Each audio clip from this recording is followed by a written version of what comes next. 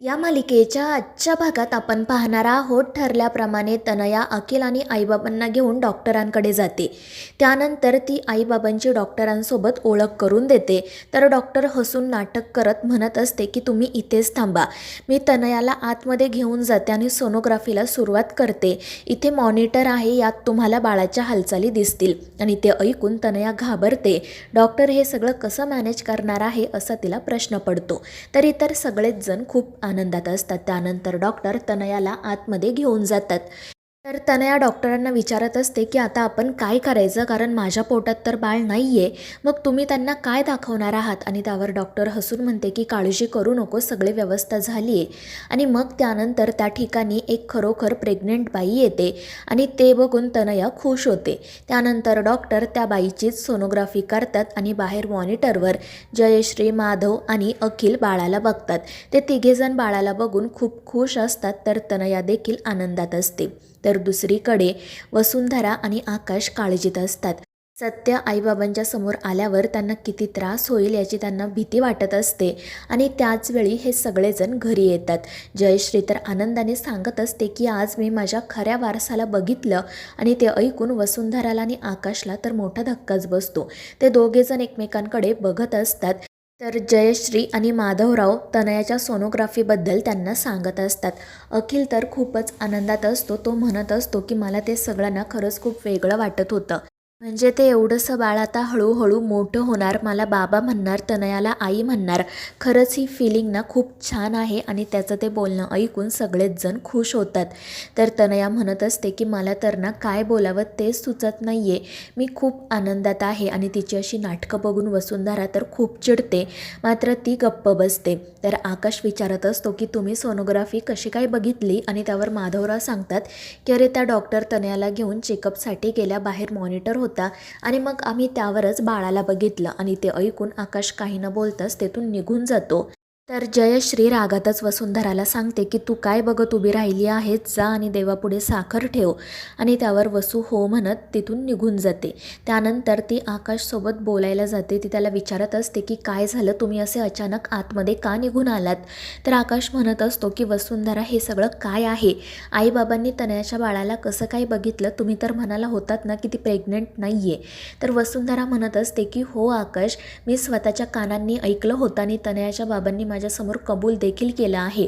तर आकाश म्हणत असतो मात्र या लोकांनी प्रत्यक्ष डोळ्यांनी तनयाचं बाळ बघितलंय ना, मग ते तुमच्यावर विश्वास का ठेवतील. तर वसुंधराला कळतच नाही की आता काय करायचं.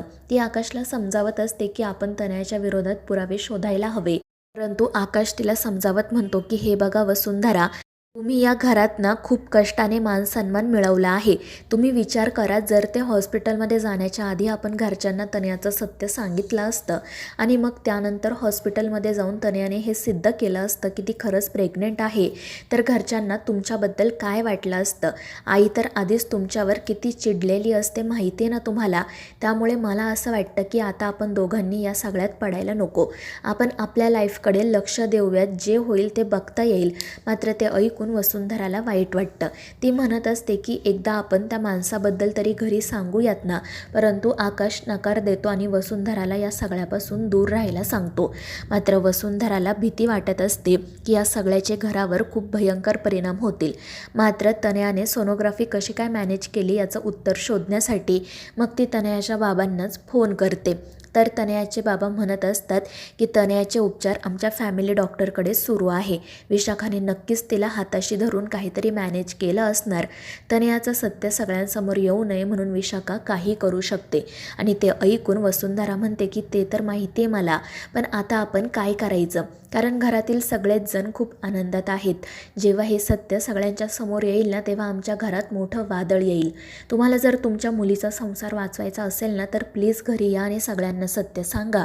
परंतु तनयाचे बाबा म्हणतात की मला माफ करा, मी कोणापुढेही काही बोलू शकत नाही. कारण जर मी तसं केलं ना, तर विशाखा हे बोलायला कमी करणार नाही की बापामुळे माझ्या मुलीचा संसार मोडला. आणि त्यानंतर ती पुढे जाऊन तुम्हालासुद्धा खूप त्रास देईल.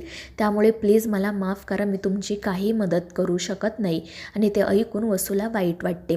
तितक्यात विशाखा त्या ठिकाणी आल्याने सदानंदराव लगेच फोन ठेवून देतात. तर विशाखा त्यांना विचारत असते की कोणाचा फोन होता, घाईघाईने फोन का ठेवला. तर ते खोटंच सांगतात की काही नाही, मित्राचा फोन होता आणि तेथून जाण्यासाठी निघतात. पण विशाखा त्यांना थांबवते आणि विचारते की तुला तनयाच्या घरी जाण्याची काय गरज होती. मी तुला सांगितलं होतं ना या सगळ्यापासून लांब राहा, मग तरीही तू तिच्या घरी का गेला आणि तिला का बोलला. काय गरज होती तुला हे सगळं करायची. आजपर्यंत तर तू तिच्यासाठी काही केलं नाही ना, मग आतासुद्धा काही करू नको. आणि तिच्या अशा बोलण्यामुळे सदानंदराव खूप दुखावले जातात. तर दुसरीकडे जयश्री तनयाची दृष्ट काढत असते. तितक्यात वसुंधरा त्या ठिकाणी येते. तर जयश्री रागातच तिला विचारते की जेवण तयार आहे ना. त्यावर वसू हो म्हणते. तर तनयामध्येच म्हणते की आई मला ना खरंच भूकच नाही आहे, जेवायची इच्छाच होत नाही आहे. आणि ते ऐकून जयश्री म्हणते की बाळा असं करून कसं चालेल, प्लीज काहीतरी खा. तुला जर दुसरं काही खायची इच्छा होत असेल तर तसं सांग. आणि त्यावर तनया मुद्दाम सांगते की मला कोथिंबीर वडी खायची आहे. तर जयश्री लगेच वसुंधराला तनयासाठी कोथिंबीर वडी बनवायला सांगते आणि मग त्या दोघीजणी बाहेर जाऊन गप्पा मारत बसतात. तर वसुंधरा नाईलाजाने त्या तनयासाठी कोथिंबीर वडी बनवत असते.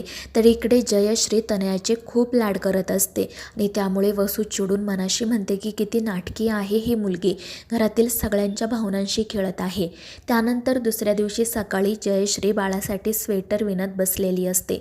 थोड्याच वेळामध्ये तिचं स्वेटर विणून पूर्ण होतं, त्यामुळे ती खूप आनंदात असते आणि मग ती ते स्वेटर माधवरावांना दाखवते. ते दोघेजण बाळाबद्दल बोलत असतानाच वसुंधरा चहा नाश्ता घेऊन त्या ठिकाणी येते. ती देखील त्या स्वेटरचं कौतुक करते. मात्र जयश्री रागातच म्हणते की मला तुझ्या कौतुकाची गरज नाही आहे. मी हे स्वेटर आमच्या घराच्या खऱ्या वारसासाठी केले, जो पुढे जाऊन आम्हाला सांभाळेल. आणि तिच्या अशा बोलण्यामुळे माधवराव चिडतात, ते तिच्यावर ओरडतात. पण जयश्रीला काही फरक पडत नाही. वसुंधरा मात्र खाली मान घालून तेथून निघून जाते.